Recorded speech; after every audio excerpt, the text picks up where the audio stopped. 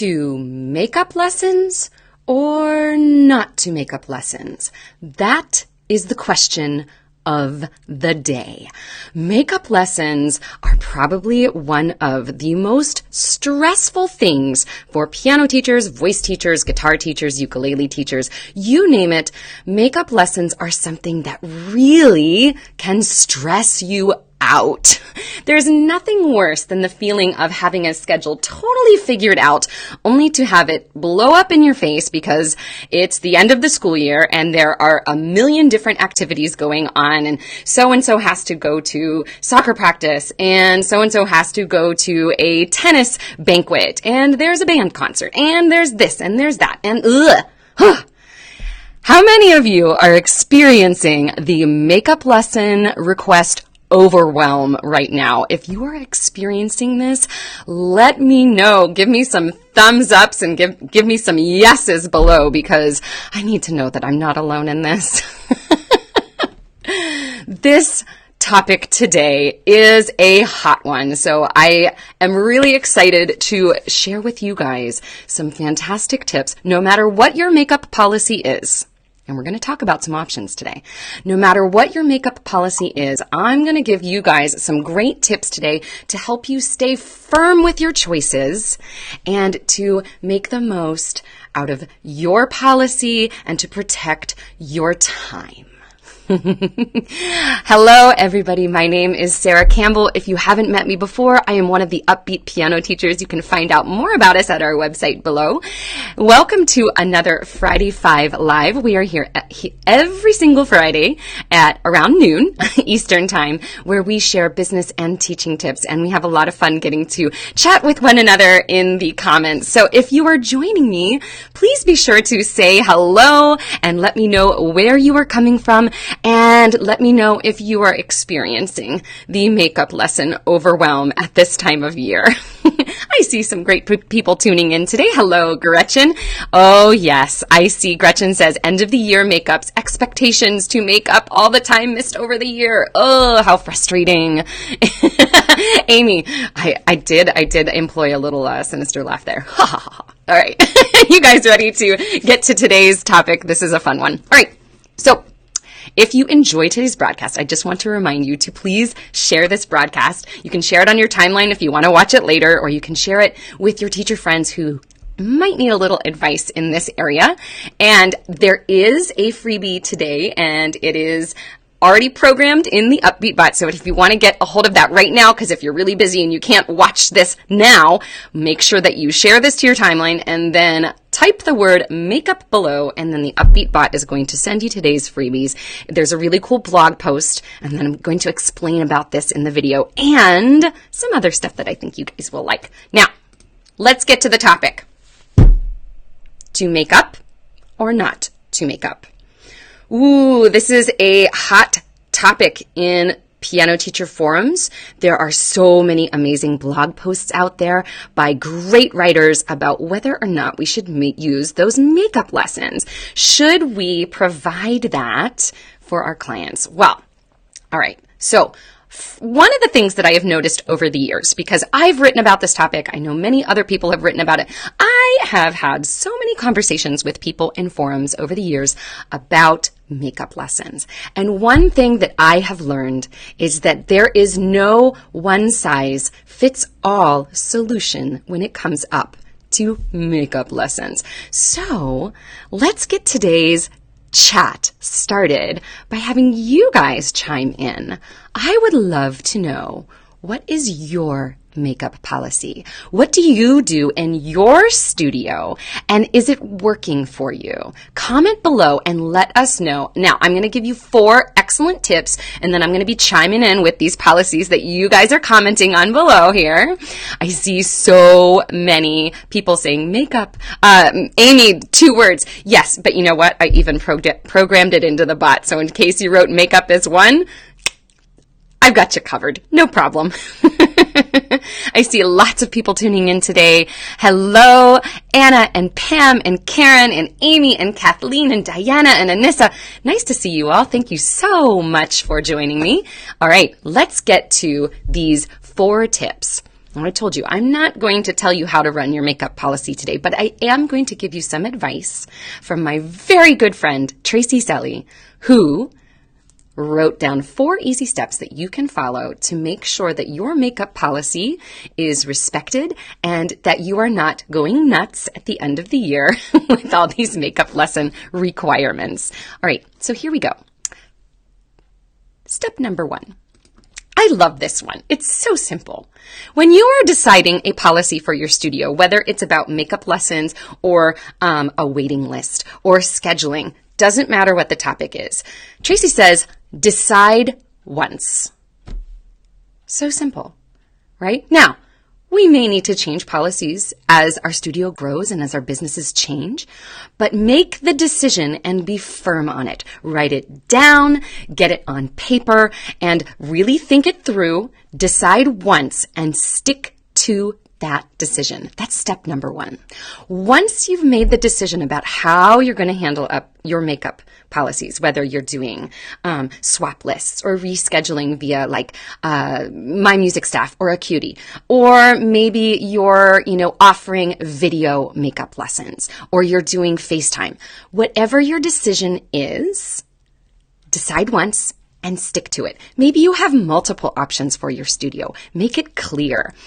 And now, step number 2 is the most important step.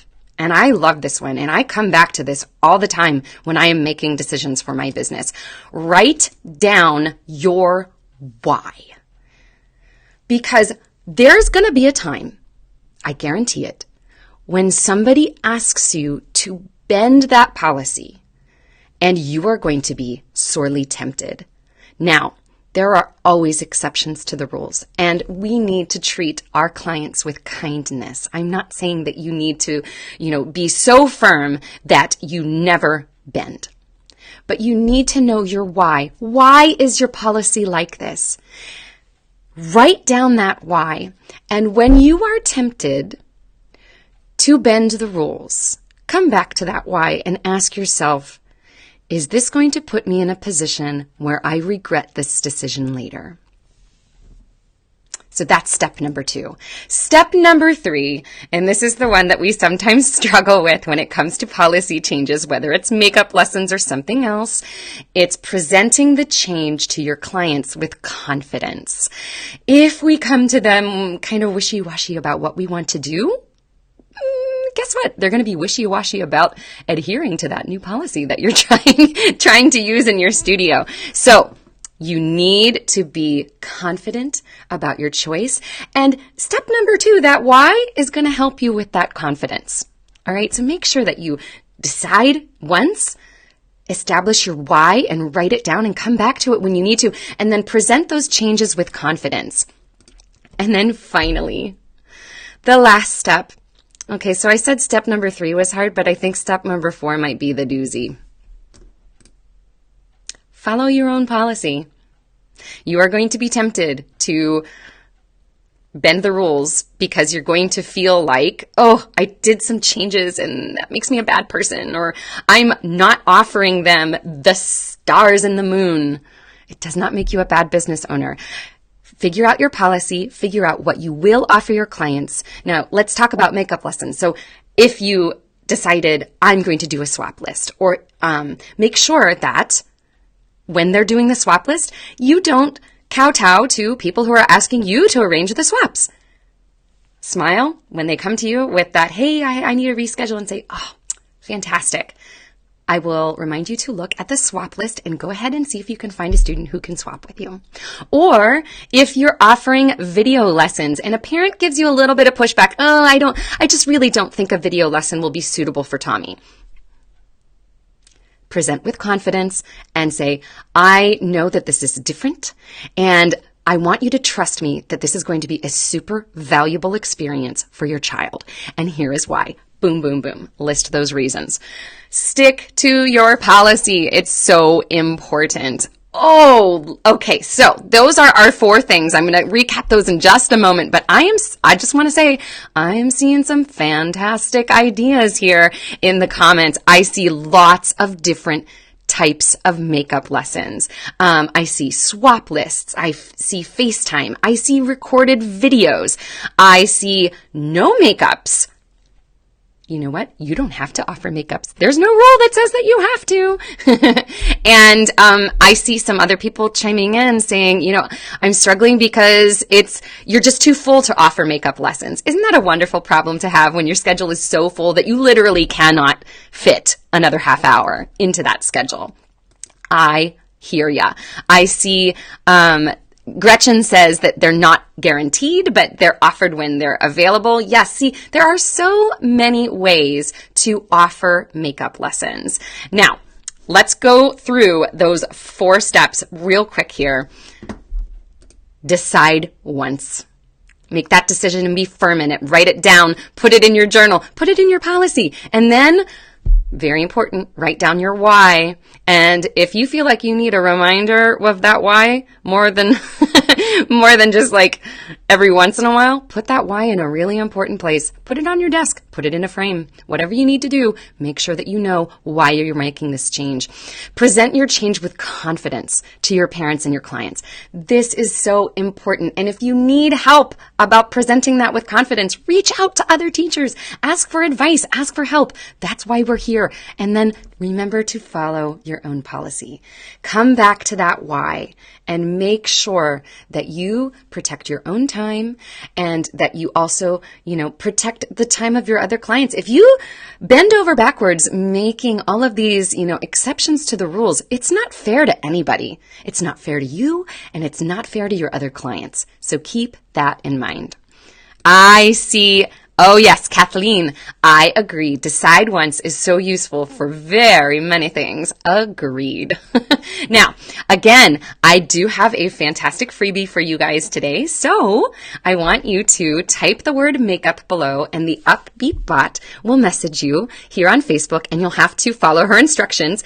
She's going to send you a blog post by Tracy that goes through these 4 steps. It's a quick post, so it's a fast read. I promise you can just read it this afternoon. She goes into some more detail that I think you're going to find super valuable. So definitely make sure that you read this post. I loved Tracy's advice in this, and that's why I wanted to talk about it to you guys today. All right. And finally, I just wanted to mention that if you are interested in eliminating makeup lessons, I want you to definitely type makeup below because I've got a link for you to the Online Lesson Academy where we can definitely teach you how to eliminate those makeup lessons in a way where you provide a new option for your clients that they're really going to love. So check that out in the post.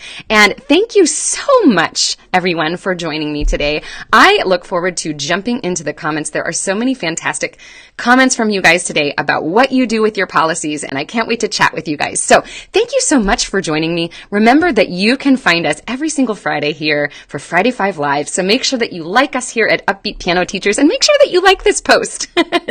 And remember that this is actually Friday 5 Live number 45.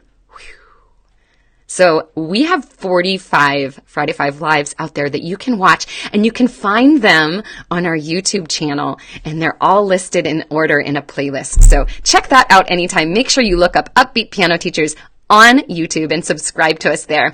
If you enjoyed today's broadcast and you found this information valuable, please make sure to share it. And thank you so much for joining me today. I hope you all have a fantastic Friday. Bye. We'll see you next time.